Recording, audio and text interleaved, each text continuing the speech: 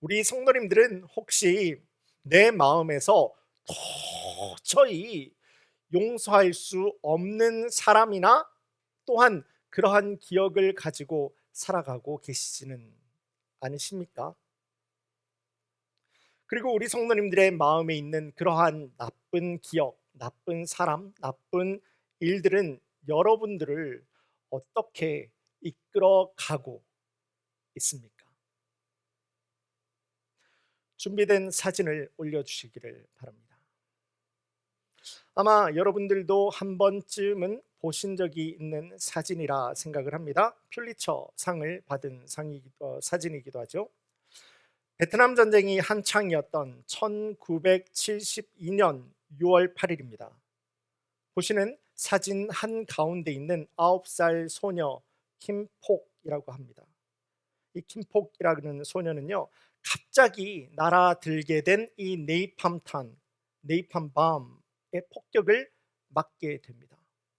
이 네이팜탄이 정말 무서운 것은요, 이 폭탄이 터지는 곳만 딱 그 자리만 이제 상해를 주는 것이 아니라 이 폭탄이 터지는 이곳을 중심으로 해서 굉장히 넓은 지역 가운데서 아주 뜨거운 열기와 아주 뜨거운 불을 발생한다라고 해요. 그래서 순식간에 그 주위에 있는 모든 것을 다 태워서 없애버리는 폭탄이 바로 네이팜밤이 되게 되는 겁니다. 이 폭탄이 바로 사진에 있는 저 아이들 가운데서, 특별히 한가운데 있는 김폭이라고 하는 저 여자아이가 있는 곳에서 터지게 됩니다. 두 번째 사진 부탁드립니다. 그 뜨거운 불이요, 그 당시 김폭이 입고 있었던 왼쪽 팔에 그 옷에 옮겨 붙게 되었고, 공포의 순간이었지만은 김폭은 자기가 입고 있던 그 모든 옷들을 전부 다 내팽겨 벗어 버리고는 울면서 큰 길로 나가서 달려가다가 쓰러지게 됩니다. 그 당시 종군 기자라고 하죠, 월 코레스판던트 한 사람이 바로 그 순간을 포착을 해서 사진으로 남기게 되었고, 소녀는 곧바로 병원에 옮겨지게 됩니다. 그렇게 어렵게 목숨을 구했지만은 적어도 13개월이 넘는 기간 동안에 수도 없는 피부 이식 수술, 스킨 그래프트 서저리라고 하죠,를 받아야만 했고요. 이런 치료는 단지 13개월이 아니라 이 소녀의 50년이 넘는 인생 동안 끊임없는 수술이 이어지게 됩니다. 말 그대로 이 사람은 평생 수술을 하면서 살아갔던 겁니다. 이제 사진 내려주시면 감사하겠습니다. 그 치료의 고통이라는 것이 얼마나 심했겠습니까? 그 치료의 과정조차도 너무 아파서 그냥 죽고 싶은 마음이 들 때가 한두 번이 아니었다고 합니다. 그러면서 내 마음속에 풀리지 않는 질문이 한 가지가 떠오르게 되는데요. 왜 나지? 왜 내가 이 고통을 받아야 하지? 나는 내가 원하지도 않는 사진이 세상에 알려지게 되면서 이 사진을 볼 때마다 나는 왜 그때의 그 고통스러운 기억을 단 한순간도 잊어버리지 못하고 살아가야 되는 것이지? 나는 왜 내가 저지르지도 않은 이 전쟁 때문에 평생 지울 수 없는 고통을 안고 살아가야 되는 것이지? 전쟁에 책임 있는 사람들을 향해서 끊임없는 지속적인 마음의 원망과 분노와 화를 쏟아내면서 살았다라고 하죠. 이는요, 너무나도 자연스러운 모습 아닙니까? 너무나도 당연한 모습이고, 또 인간적인 모습에서는 우리도 충분히 그 마음과 공감이 되는 어린 소녀의 절대 용서할 수 없는 마음이 아니었겠습니까? 그런데 오랜 시간이 지나가게 됩니다. 어느 날 하루에요, 평생 지울 수 없는 그 상처를 가지고 살아가고 있는 이 소녀에게 한 사람이 찾아와서 그 앞에서 무릎을 꿇게 됩니다. 그날 그곳에 네이팜 폭탄을 가지고 가서 떨어뜨렸던 그 비행기의 조종사가 찾아왔던 거예요. 그런데 이 군인을 맞이하는 킴폭은요, 아무 말 하지 않고 그 사람을 따뜻하게 안아줍니다. 그리고는 다음과 같은 말을 전하게 돼요. 저는 괜찮아요. 저는 이제 다 용서했습니다. 자신은 물론 사랑하는 가족 모두에게 평생 지울 수 없는 흉터와 아픔을 남긴 그 사람을, 그래서 도저히 이것은 해결되지 못하는, 용서받지 못하는 그러한 문제다, 사람이다 라고 생각을 했던 그 사람을, 이 소녀는 어떻게 그 사람을 용서해 줄 수가 있었겠습니까? 오늘 본문의 말씀으로 돌아오겠습니다. 오늘 본문을 포함하는 이 빌레몬서 1장 전체 말씀은요, 그리스도인 된 우리 성도님들과 제가 품어주고 사랑하기 힘든 사람을 만나게 될 때 우리는 어떻게 반응해야 되는가, 어떻게 행동해야 하는 것이 올바른 것인지를 말씀하는 하나님의 말씀으로 우리가 받을 수가 있습니다. 사도 바울이 그러하지 않았습니까? 바울은요, 예수님을 이방인들 가운데서 전하면서 이 이스라엘 사람들, 유대인들과 이방인들의 사이의 벽을 깨는 그러한 놀라운 사역을 감당하게 됩니다. 그런데 이 빌레몬서에서는요, 그런 민족적인 그 한계를 넘어서는 이야기를 하고 있어요. 주인과 종이에요. 주인과 종의 차이가 있는 이 신분까지도 복음 가운데서 모두가 무너지게 되는 그 놀라운 역사를 우리가 볼 수 있습니다. 오늘 말씀의 배경을 함께 보기를 원합니다. 바울이 지금 로마의 감옥에 갇혀 있을 때예요. 우리 성도님들과도 몇 주 전에 함께 나누었던 것처럼 바울은 3차 선교 여행을 마치고 예루살렘으로 돌아갈 때 유대인들에게 사로잡히게 됩니다. 그런데 사도 바울에게는 로마의 시민권이 있었죠. 그래서 나에게 이곳 예루살렘에서 유대인들이 너무 많아서 그래서 나에게 불리한 결정이 내려질 것 같은 이 예루살렘에서 내가 재판받는 것이 아니라 나를 로마로, 나를 그래도 공평하게 심판받을 수 있는 로마로 보내달라고 해서 로마로 가게 됩니다. 지금 로마에서 그 재판을 기다리면서 감옥에 갇혀 있었던 상황이에요. 바울이 그 상황 가운데서 한 사람을 만나서 복음을 전하게 되는데, 그 사람이 은혜를 크게 받고 나서는 바울 옆에서 떠나지를 않는 겁니다. 바울의 그 감옥 생활을 하는 바울에게 뒷바라지를 하고 있는 거예요. 정말 귀한 사람이 아니겠습니까? 그러기에 바울 역시도 이 10절에서 이 사람을 이렇게 이야기를 합니다. 내가 갇혀 있는 중에 낳은 나의 아들 오네시모라고 이야기하지 않습니까? 이 오네시모라고 하는 사람은요, 예수님과 복음에 대한 그 감사와 감격과 사랑과 열정을 가지고 지금 감옥에 갇혀 있는 사도 바울을 그렇게 섬기고 있었던 거예요. 그러던 어느 날입니다. 바울이 이 오네시모의 정체를 알아버리게 되었어요. 알고 보니까 주인에게서 도망쳐 나온 노예였던 겁니다. 거기다가 자신의 주인에게 경제적으로 아주 심각한 손해를 끼쳐 놓고 도망 나온 노예였던 거예요. 몰랐을 때는 나도 몰라서 그랬다라고 이야기할 수 있겠지만은, 도망 나온 노예를 숨겨주는 것은요, 그 당시 로마법으로도 굉장히 큰 죄로 다루고 있었던 때였습니다. 그리고 노예는요, 말 그대로 주인의 재산입니다. 그때 당시를 이야기를 하는 겁니다. 노예라고 하는 것은 주인의 재산이에요. 오네시모가 노예라는 사실을 알고 있으면서도 바울이 계속 데리고 있는 것은 주인의 허락도 없이 내가 다른 사람의 재산을 내 마음대로 사용하고 있는 것과 똑같은 거예요. 도덕적으로도 문제가 있었던 모습입니다. 더 나아가서 이대로 있다가 자칫 잘못하다가 이 오네시모가 도망친 노예라고 하는 사실을 다른 사람들에게 알려지게 되면은 이 오네시모는요, 그 자리에서 죽음을 피할 길이 없던 상황이었어요. 이러지도 못하고 저러지도 못하는 참 난감한 상황에 지금 바울이 놓여져 있었던 겁니다.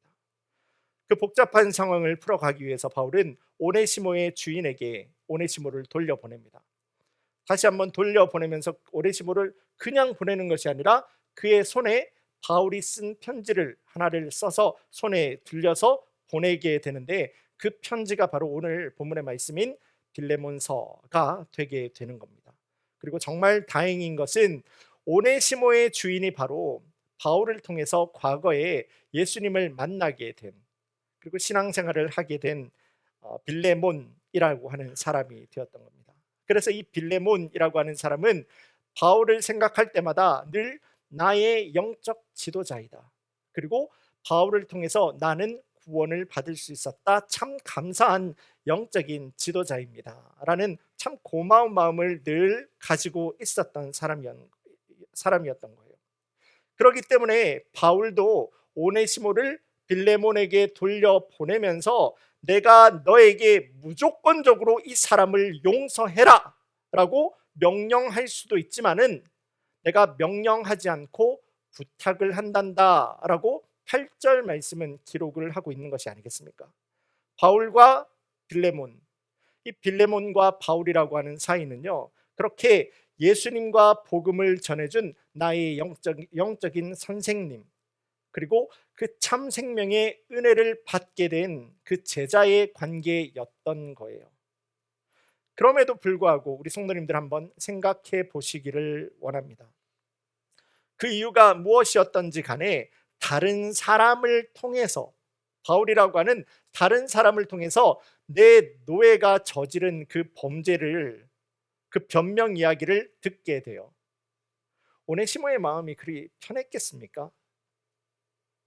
내 재정적인, 그것도 친구도 아니에요, 내 노예예요, 내 재산이 나에게 경제적인 손해를 입히고 나서는 도망까지 가버렸던 사람이에요. 이 오네시모의 얼굴을 본 순간 빌레몬의 마음은 어떤 생각이 들었겠습니까? 불편했을 겁니다. 쳐 죽여도 12번을 찢어 죽이고 싶은 생각이 그 마음에 왜 안 들었겠습니까? 그런 상황에서 사도 바울은 빌레몬에게 절대적인 용서를 이야기하고 있는 거예요. 그렇기 때문에 굉장히 개인적인 편지와도 같잖아요. 보내는 사람이 바울이에요. 오네시모라고 하는 이 노예를 대신해서 변명해 주기 위해서 쓴 편지예요. 받는 사람도 정해져 있어요. 빌레몬이라고 하는 아주 한정적인, 아주 개인적으로 보여지는 이 편지의 말씀이 우리가 하나님의 말씀으로 볼 수가 있는 것은 끝도 없는 사랑을 가지고 용서의 말씀을 보여주고 있는 하나님의 마음과 똑같이 합해졌기 때문에 이 말씀을 우리는 오늘날 하나님의 말씀, 성경으로 받을 수가 있는 겁니다. 그렇다면 오늘 본문의 말씀을 통해서 사도 바울이 지금 빌레몬에게 이야기를 하고 있고, 동시에 하나님께서 우리 성도님들에게 도전을 하고 있는 용서의 참된 의미, 용서의 참된 의미라고 하는 것은 과연 무엇이겠습니까? 시간 우리 성도님들과 함께 용서, 해를 품은 달이라고 하는 제목으로 말씀의 은혜와 도전을 함께 나누기를 원합니다. 사도 바울을 통해서 이 빌레몬이 배워야 했던 첫 번째 용서의 의미는 바로 희생입니다. 손해입니다. 용서는요, 내가 희생하는 것이고 내가 손해를 보는 것이 바로 용서라는 거예요. 오늘 본문의 말씀 13절을 제가 다시 보겠습니다. 그를 내게 머물러 있게 하여 내 복음을 위하여 갇힌 중에서 네 대신 나를 섬기게 하고자 하나. 함께 읽은 이 13절 말씀을 포함해서 사도 바울은요, 빌레몬서 전체에서, 이 전체 빌레몬서에서 네 번이나 내가 지금 갇혀 있는 상황에 있다라고 하는 것을 반복해서 이야기하는 것을 찾아볼 수가 있습니다. 그렇다면은 바울은 지금 빌레몬에게 이야기를 하고 있어요. 빌레몬에게 오네시모를 용서해줘라고 이야기를 하게 되면 지금 바울이 이야기하고 있는 그 모든 이야기는 다 하는 거예요. 그런데 그 이야기만 하면은 되는데 이 이야기를 하면서 왜 사도 바울은 4번씩이나, 지나가는 말도 아니고 4번이면 강조하는 거죠, 4번씩이나 내가 지금 갇혀 있다라고 하는 사실을 왜 그렇게까지 오네시모를 용서해 줄 것을 이야기를 할 때 말을 하고 있는 것이겠습니까? 복음이라고 하는 거, 용서라고 하는 거, 사랑이라고 하는 거 있잖아요. 복음과 용서와 사랑이라고 하는 것은 반드시 희생이 필요하다. 사랑에는, 용서에는 반드시 희생이 필요하다라는 것을 말해주려고, 보여주려고 내가 지금 4번이나 나도 갇혀 있어 라고 이야기를 하고 있는 겁니다. 사도 바울 역시 마찬가지예요. 그도 예수님과 복음을 세상 가운데서 전하다 보니까 지금 감옥에 갇혀 있는 희생을 나도 하고 있는 거예요. 그것을 빌레몬에게 말해주고 있는 겁니다. 누구든지 예수님과 함께 동행하면서 이 땅의 삶을 살아갈 때 내가 믿는 예수님 때문에, 내가 붙들고 있는 이 복음 때문에 내가 손해보거나 내가 희생당하거나 내가 사람들 가운데서 양보해야 되는 상황은 반드시 우리 성도님들도 만나게 될 것입니다. 예수님도요, 우리에게 복음을 주시기 위해서 이 땅에 오셨어요. 야고보서에도 끊임없이 사람들에게 도전을 하고 있어요. 무엇을요? 우리의 믿음, 그리고 우리의 행동은요, 우리의 신앙, 그리고 우리의 삶이라고 하는 것은요, 이것이 다른 것이 아니라고 야고보서도 끝까지 말을 하고 있어요.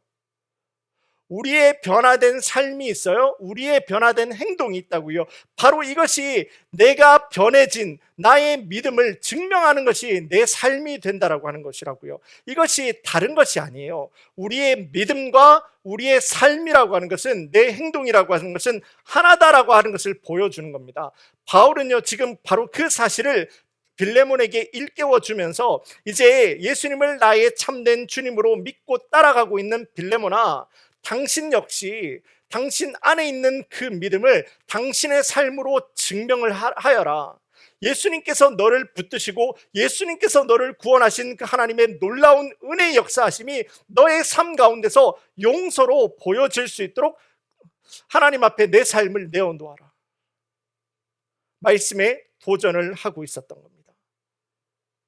예수님을 닮은 희생, 예수님을 닮은 손해, 그리고 예수님을 닮은 양보를 나에게까지, 주인에게까지 경제적인 손해를 입히고 도망갔던 그 오네시모를 따뜻하게 다시 품어주고 용서해 줄 것을 사도 바울은 도전을 하고 있었던 거예요. 우리가 희생, 이 손해라는 것을 이야기하다 보면은 우리 마음이 불편해질 수 있는 것도 사실입니다. 왜냐하면은요, 상식적으로는 잘못한 사람이 희생해야 되는 것 아닙니까? 잘못한 사람이 손해를 봐야 되는 것 아닙니까? 왜 잘못하지 않고 옳은 일을 했는데 손해를 보고 양보를 해야 하며 희생을 해야 하는 것입니까? 상식에도 어긋나는 것이잖아요. 그런데 바로 이 질문 가운데서 우리가 잊지 않고 기억해야 되는 한 가지 아주 중요한 사실이 있어요. 바로 여러분들이, 우리 성도님들이 예수님을 믿는 사람이기 때문에 그렇습니다. 내가 예수님을 믿는 사람이니까 내가 희생하고 손해보고 양보하는 거예요. 온 세상에 하나님 되시는 그 하나님께서 이 땅에 우리 사람의 몸을 입고 오셨어요. 그리고 그분께서 나의 죄를 대신 지시고 십자가에서 달려서 돌아가셨다고요. 그리고 죽음에서 부활하시사 예수님의 그 부활하신 참 생명을 우리에게 아무런 대가도 없이 은혜로 나에게 예수님의 참 생명을 나누어 주셨습니다. 예수님께서 이 땅에 오셨고 예수님께서 살아가셨고 예수님께서 말씀하시고 가르치신 그 모든 일들 가운데서 어느 것 하나 희생이 없고 양보가 없고 손해가 없는 말씀과 가르침과 예수님의 삶을 우리가 찾아볼 수가 있습니까? 이 놀라운 예수님의 희생을 너무나도 잘 알고 있었던 사도 바울은요, 그때까지 내가 붙들고 있었던 것들, 사도 바울이 자랑으로 생각하고 있었던 그 모든 것들은 배설물과 같이 여겨버리게 되고, 나는 예수님만 닮겠습니다. 나는 예수님만 따라가겠습니다. 예수님의 희생을 내 마음에 담고 사도 바울 예수님과도 같이 희생하면서 따라가겠습니다. 사도 바울의 바로 그 손해보는 모습을 통해서 이 땅 가운데 복음이 그렇게 능력 있게 증거가 되었고, 사도 바울의 그 희생을 통해서 우리 성도님들에게도 저에게도 예수님을 만날 수 있는 그 놀라운 은혜가 주어질 수 있게 된 것입니다. 희생은 아파요. 용서는 가슴 아프고 눈물이 나는 일이 될 수도 있습니다. 하지만 희생과 용서, 사랑과 헌신이 없는 그 열매는요, 세상에서 단 하나도 찾아볼 수가 없어요. 한번 생각해 보시기를 바랍니다. 하다못해 그 작은 씨앗 있잖아요. 그 씨앗, 나무의 씨앗, 무슨 씨앗, 그 씨앗 하나도 땅에 떨어져서 씨앗이 썩어야 돼요. 씨앗이 죽어야 돼요. 씨앗이 헌신해야 된다고요. 바로 씨앗이 죽고 헌신하는 그 자리 가운데서 이 씨앗은 자신의 뿌리를, 자신의 생명을 땅바닥에 내릴 수가 있고 풍성한 열매를 맺을 수가 있는 것 아니겠습니까? 다른 말로 한번 뒤집어 볼까요? 우리의 삶에, 우리의 신앙생활 가운데서 아무런 열매가 없다라고 하는 것은 내 삶에는 어떠한 희생을 원치 않고, 내 삶에는 어떠한 손해를 내가 원치 않고, 내 삶에는 조금도 양보하지 않으려고 하기 때문에 우리의 삶에는 아무런 열매가 없는 것으로 생각할 수도 있을 것입니다. 예수님을 닮은 희생이 없는 거예요. 어렵습니다. 하지만 이 예수님을 닮은 희생과 용서에 참된 능력이 있고 응답이 있으며 믿는 자의 삶의 소망과 비전은 우리 예수님을 닮아 따라가는 우리 성도님들의 삶에 있는 것입니다.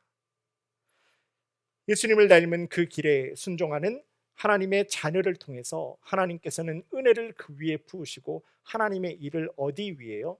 예수님을 닮아 따라가는 그 순종 있는 자의 삶의 하나님의 역사는 이루어지게 되는 것입니다. 이것이 바로 성경의 법칙이에요.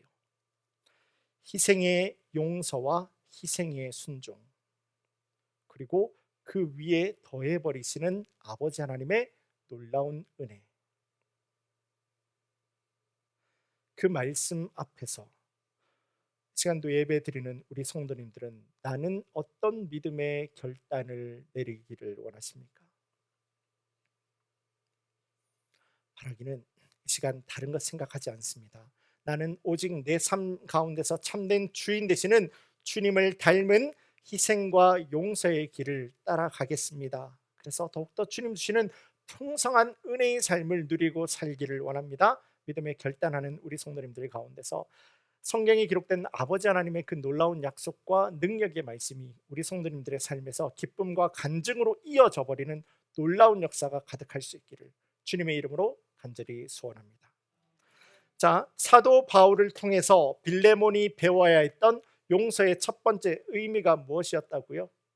손의 희생이었던 겁니다. 용서는 희생이에요. 희생이 용서예요. 용서의 두 번째 의미는 바로 하나님의 계획, 하나님의 인도하심 앞에 내가 순종하는 겁니다. 다시 한번 말씀드립니다. 용서의 두 번째 의미는 하나님의 계획과 하나님의 인도하심 가운데서 내가 엎어져 버리는 거예요. 오늘 본문의 15절 말씀 제가 보겠습니다. 아마 그가 잠시 떠나게 된 것은 너로 하여금 그를 영원히 두게 함이리니. 빌레몬은요, 지금 오네시모를 용서하는 과정 가운데서, 자, 주인이 지금 노예를 용서하는 과정 가운데서 그것이 하나님의 계획이다, 하나님의 인도하시고 하나님의 뜻이다 라고 하는 것을 배우게 되는 거예요. 여기에서 우리가 주목해야 되는 것이 바로 함께 읽은 15절 말씀인데요, 오네시모가 주인을 버리고 도망가지 않았습니까?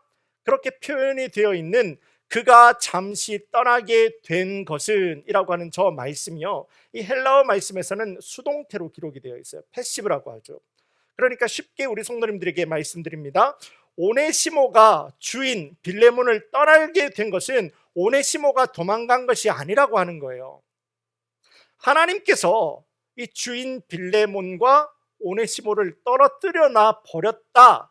하나님께서 하시고 이 오네시모가 지금 수동태로 그렇게 행하게 되었다라고 하는 말씀을 보여주고 있는 겁니다. 노예가 도망갔어요. 그것은 분명히 노예의 잘못이에요. 하지만 우리가 그것만 보는 것이 아니라 그러한 인간의 죄, 인간의 연약함에도 불구하고 그 위에서 역사하시고 계획하시고 인도하시는 아버지 하나님의 계획과 하나님의 인도하심이 있다라고 하는 겁니다. 그렇다면 바울이 말하는 하나님께서 주인 빌레몬과 노예 오네시모를 떨어뜨려 놓은 하나님의 목적, 하나님의 비전, 하나님의 이유라고 하는 것은 무엇입니까? 그게 15절 하반절 말씀이 되는데요. 제가 봅니다. 너로 하여금 그를 영원히 두게 함이리니. 곧 오네시모가 잠시 주인인 빌레몬을 떠나 도망갔었지만은 그 일을 통해서 오네시모가 누구를 만나게 됩니까? 바울을 만났잖아요. 바울을 만나게 되었고 바울을 통해서 예수님과 복음을 그 심장 가운데서 심겨지게 되는 놀라운 역사가 일어나게 되는 거예요.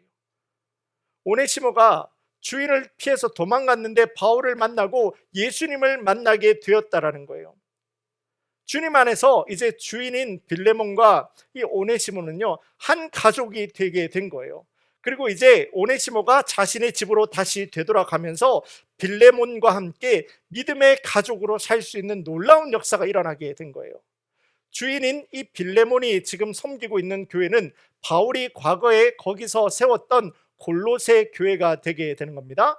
이 골로새 교회의 지도자 중에 한 사람이 바로 이 빌레몬이었어요.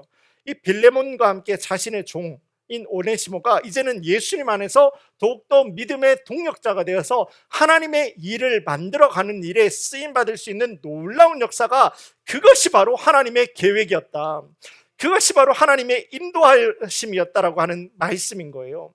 바울이 지금 빌레몬에게 도전을 하고 있습니다. 그 놀라운 역사 가운데서 너도 구원받지 않았느냐?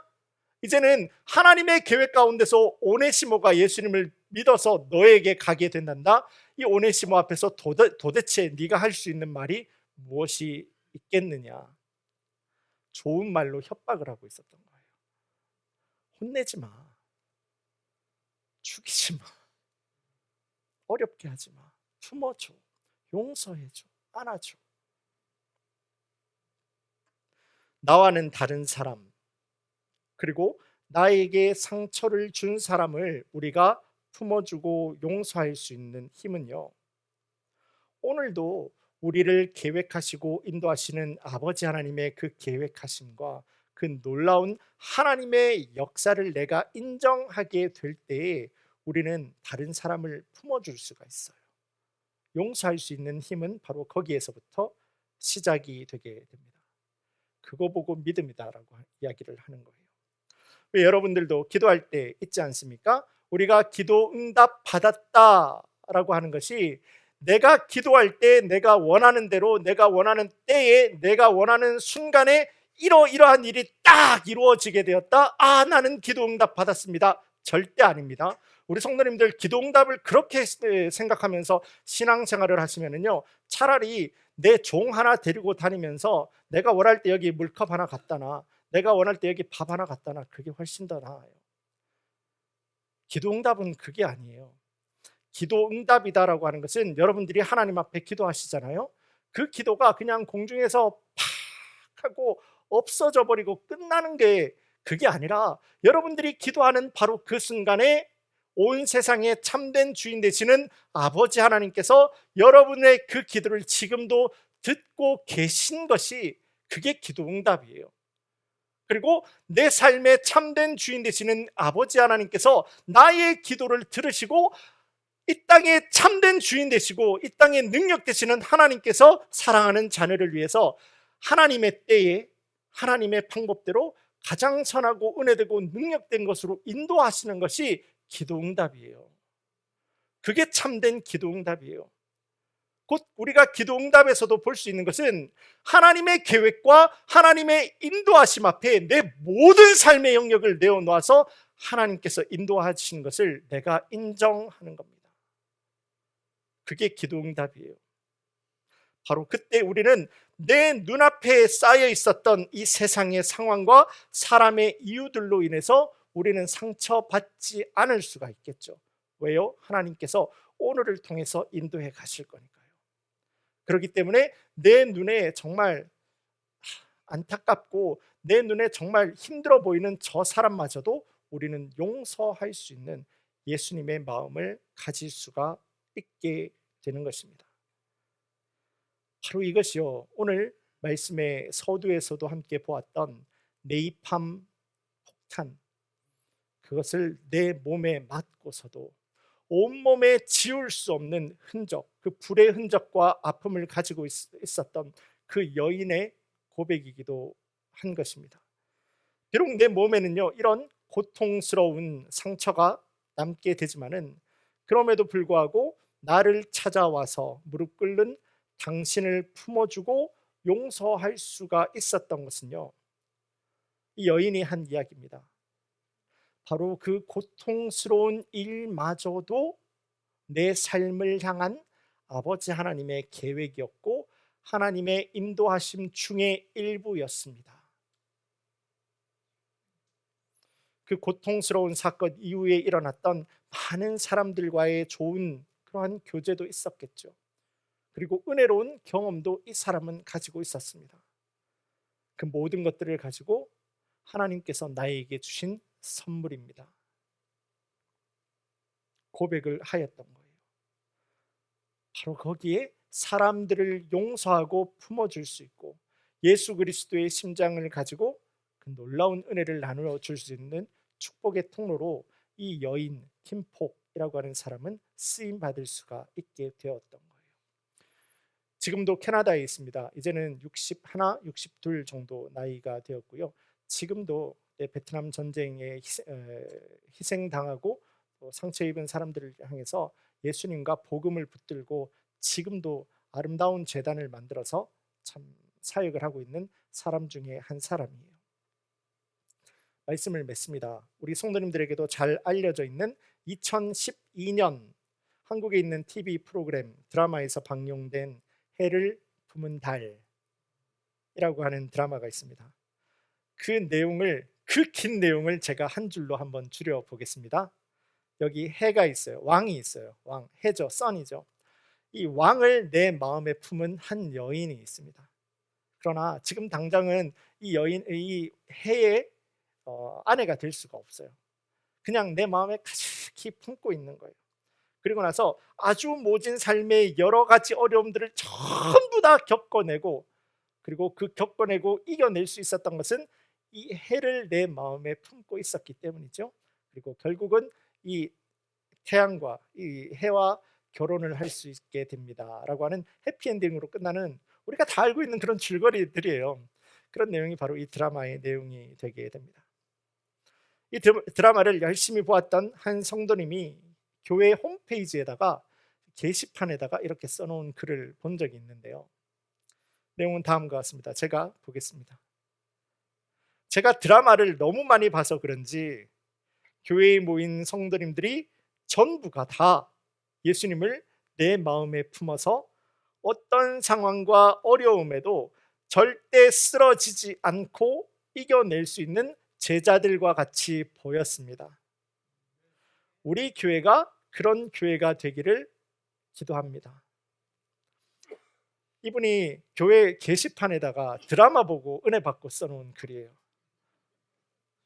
비록 드라마로 시작했죠. 그리고 짧은 글입니다. 2문장밖에 안 돼요. 하지만 이 이야기에서, 이분의 이야기에서 우리를 향한 예수님의 마음과 복음의 핵심을 아주 정확하게 팍 찔러가지고 이야기하고 있는 모습이 아니겠습니까? 내 안에 예수님의 마음을 품는 거예요. 그게 신앙생활의 시작이에요. 그리고 그게 신앙생활의 끝이에요. 내 마음에 예수님을 품어서 따라가는 겁니다. 용서의 첫 번째 의미가 무엇이었다고요? 희생, 손해입니다. 희생이 없는 용서, 희생이 없는 사랑이라고 하는 것은 절대 없어요. 내가 손해를 봐야지만은 바로 그곳에 예수님의 사랑과 예수님의 모습과 복음이 능력 있게 전해질 수가 있어요. 왜냐하면 예수님이 그렇게 살아가셨어요. 사람을 만나고 영혼들을 대할 때마다 나를 위해 먼저 희생하신 그 예수님의 마음을 우리 성도님들 놓치지 않고 꼭 붙들 수 있는 우리 모든 성도님들이 되기를 간절히 바랍니다. 그리고 순종하는 오늘을 통해서 능력 있게 만들어 가시는 내일에 대한 하나님의 계획, 하나님의 인도하심을 꼭 붙들 수 있는 우리 성도님들 되기를 원합니다. 내가 만나는 오늘에 절대 좌절하지 마세요. 여러분들이 만나는 오늘의 상황들로 인해 가지고 여러분들 마음 아파하지 마세요. 오네시모를 품어주는 것과 같이 나는 오늘 이해가 되지 않아요. 왜 이런 상황이 일어났는지 이해가 되지 않아요.